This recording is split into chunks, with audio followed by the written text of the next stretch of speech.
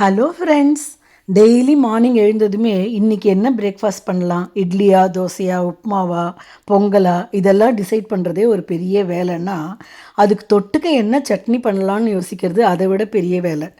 நேற்று செஞ்சது ரிப்பீட் ஆகக்கூடாது, டேஸ்ட்டும் புதுசாக இருக்கணும். ஆக்சுவலாக பார்த்தா சின்ன சின்ன இன்க்ரீடியன்ஸை மட்டும் மாற்றி போட்டாலே டெய்லி வித்தியாசமான டேஸ்ட்டில் சட்னி பண்ணலாம். இன்றைக்கி தேங்காய் வேர்க்கடலை வச்சு சட்னி பார்ப்போம்.